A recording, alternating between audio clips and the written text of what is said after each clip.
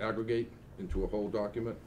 But if people can send me the sections, I can aggregate them. I was thinking a couple of weeks cost us for a first draft. What do you think? As a low value additional comment, if we do it on Google Docs, then everybody can edit and comment in parallel. You're not going to have version control issues. It's not allowed on the open meeting laws, unfortunately, which is dumb, but those are the laws are. You have to, if you share that with a quorum, then it's deliberation outside of the public meeting, which is something that should be changed. Yeah, right. So, but if they keep it Individual within the working committee. group. Well, Matt, whether you send it to me on Google Docs or you send it to me as an email attachment or whatever, Yeah, I'll put all the pieces together I'm into. even thinking on the individual working groups. That's not a quorum. That's a small group discussion. Yeah, It's a drafting. Yeah, I mean, what I'm suggesting here is we delegate the different sections, let the primary author and whoever else give us a draft. I'll synthesize them together, and then we can have this meeting and look at, you know, we can walk through by section, and do our editing literally in real time. I don't think there's anything to prevent the working groups from doing it on Google Docs with a smaller group that does not constitute a quorum. So the individuals responsible, provided that there's not enough people in that discussion to constitute a quorum, I think would be permissible. And I'd go one step further and say I'd be quite willing to make that Google document open to anybody with the link, and then post the link publicly, and you can set the settings so that only a smaller group can edit it, and then every edit, every deliberation, every comment can be seen by anybody that chooses to go to that link from any internet connection in the world. That's where you run into a problem with the open meeting law that should not be illegal, but is. Right. It would be fine if they did. I mean, I wouldn't complain. Right, and but prefer we have if we have a legal opinion on that, then I'm not I'd gonna probably file a prefer complaint. to I don't evaluate anticipate that. any open meeting law violations to be filed. We can make it accessible On that on particular Facebook, thing, on yeah. social media, Right. we can put that link everywhere. No. We have all our social media. Yeah, and all that stuff, so. Every version history is available. Anyway, if we You want to know, be productive with this, and if we want to have a transparent, open, collaborative process, which is the intent of the open meeting law, I doubt there's going to be many complaints if we make it available to all of humanity to review our civic engagement So, and debate. tell me, so I'm trying to make this less complicated, okay? What's wrong with somebody drafting a section and then sharing it with the group? And I can put it together with the second section, the third, and we then all look at it, okay? What's wrong with somebody like sitting at their kitchen table and drafting a section? I'm worried about the comment period. Okay. Because that's But going to be very Here's difficult. my point is, so once I get your section and your section and your section, and we have a meeting, okay? Everybody can see everything, and we can all edit to our heart's content, okay? Why do we have to allow people to comment while you're literally thinking about drafting the first? All I want is draft the first version, That's okay? what I'm Not the, referring to. I'm going. trying to make it simple. I think, yes, we're talking about apples and Yeah, oranges. yeah, at there's this two. point. Yeah, I think just to get a draft Yeah. in the next, Fine. basically we're talking 2.5 weeks. Yeah. Each of the assigned people really just need to hole up somewhere and start writing. Then we can revisit at our next meeting, okay, we how can do we deliberate, actually right, do right. a collective draft, which is that, and Google Doc may well be the answer, or there's some other answer, but I think if we're really talking about meeting before Thanksgiving, that means some people are gonna have to get busy with the pen and just get something for us to react to together at our next meeting, right? And That makes sense. and in the meantime, maybe we can just nail down this answer. Surely if it's open to the whole world to see, that's a pretty good process, but we can find an answer to that. Can I ask for a motion to adopt this approach? So motion. Is there a second? Discussion? I just wanna make sure Nico's on the phone and can hear, since he's got a, a piece of this, and he may not have the handout. Sorry, I don't see what I've been assigned to do. Yeah, so there's a section of the So Nico, report. it would be an attachment to an email. I sent next week. cannot draft anything in the next 2 weeks. So if I'm assigned to a section, that should go to someone else. How about in 2 weeks? No, I'm sorry, I don't have time in the next 2 weeks. Thank you. Is there someone on the committee that you think Maybe can, Jennifer. Jennifer, for example? We could- I mean, I'm happy to volunteer someone else, but I don't. I She's can't. not on the call. Yeah. It doesn't have to be the chair. No, it does No, not. no, it doesn't. By the way, the document to which we refer was sent as an email attachment to all the members of the commission last week. It's in the form of an Excel spreadsheet. So the two missing pieces that we had offered to Nico were come out of the statute. We need a section on the limitations, if any, on the legal ability of the Commonwealth and its citizens to reasonably regulate corporations and other entities due to the Supreme Court's conclusion that corporations may assert constitutional rights of human beings. So that's sort of a section that comes out of the working group. Yeah. And then the next section is the analysis of constitutional amendments that have been introduced to Congress to date. And I think that's pretty far along, and I share that one with you, Nico, so I can take that one off your plate and just build on the memo I did. But I think we do need somebody from the working group on corporate entities to give us their recommended section of what you all think is the answer there. And I mean, this is And maybe just a draft. Jennifer could do it. You know, it's a draft, it's the first of probably many Yeah. Right. that we'll go through, so if it's not perfect, it's fine. That's the reason why we're here, because we're trying to nail it down. So why don't we say that either Bill or I or both will reach out to Jennifer and see if she could do it, but either way, we will find someone from that working group who can volunteer to do this.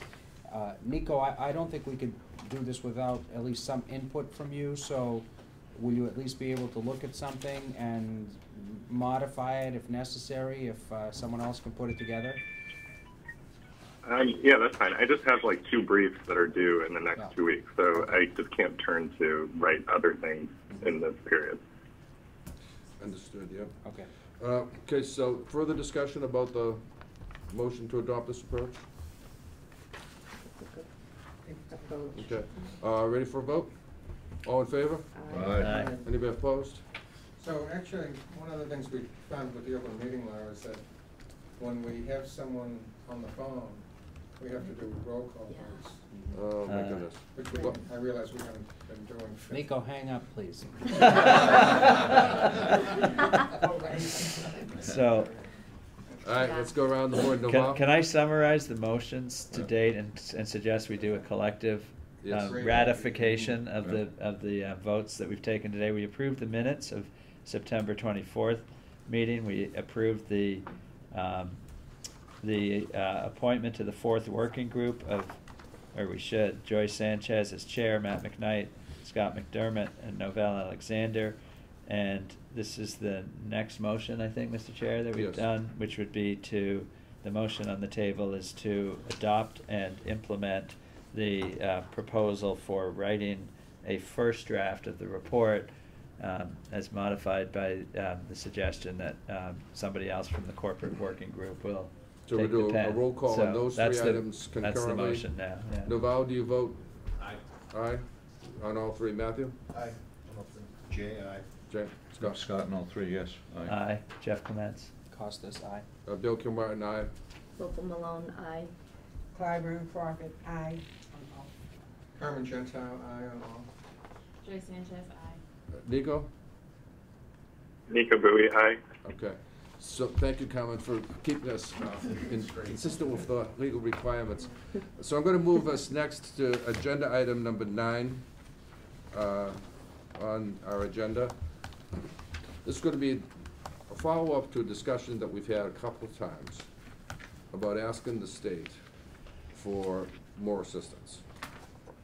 So what you see in front of you is a draft, and we could talk about this draft, which I will explain in a minute.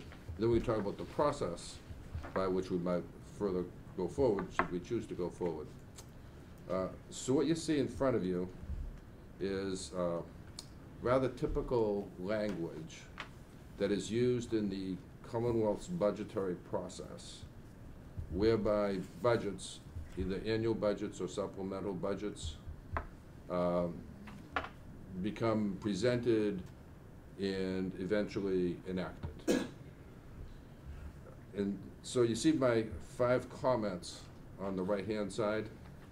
So this language is crafted to address 5 issues, okay? So I'm just gonna, read it to you because if you haven't done this for a living, it might seem a bit esoteric, okay? But the conventional way you do this is you start off, notwithstanding any provision of general, special, law to the contrary, okay? It's just appears 100 times in state budget. Our statute, chapter 322 of the Acts of 2018, that's our statute, okay, is hereby amended as follows. So provided, point number 1, okay? We're gonna take an appropriation account in the FY20 legally adopted budget, otherwise known as chapter 41 of the Acts of 2019. Common voted on it, okay? And we're gonna propose amending line item 0411-1000, which is the line item for the Governor's Office of Boards and Commissions, for the purposes of eliminating any ambiguity as to the continuation of this commission. So you see that in the comment box. And then we're going to say furthermore, okay, that the Governor's Office of Boards and Commissions would have an obligation to give us administrative support, including but not limited to, and you see the, you know, the comments there. That's like the second issue that we're trying to address. And provided further, you go on to the third thing, okay, that we would propose to increase the budget for that part of the government in the amount of $50,000 to execute the responsibility that was assigned to them in the previous clause. Then that's the third point. Then you go on to the fourth point. Excuse me, that was the fourth point. I skipped over the third point. There's a phrase in here to hopefully address an issue we've had about the filling of vacancies. So again, for the avoidance of doubt or an abundance of caution, I'm working with lawyers, so I'm learning your terms. That's good. We want to be crystal clear about what happens if there's a vacancy. And then the final point is just to memorialize the intent that the December 31st, 2019 is the first report, not the last report at this commission. So the thought is that we could ask the state, through language of this nature, to address issues of this type. Carmen's been thinking about the process that we could use to do this. And Carmen, you want to weigh in here? So I think that if we had to ask the governor to place it in his next supplemental budget, that would be a good thing. Because if it appears in his supplemental budget, then we're a long way there. And in the event that he didn't place it in the supplemental budget, then I would file an amendment to that supplemental budget to put it in. Mm-hmm. And I think, either way, I think it will have a high opportunity for success. And I'm thinking of filing a bill with essentially this language, so that just to get the membership, both chambers aware of the issue, and so it's not a surprise. Mm-hmm. And I think it's, so the first supplement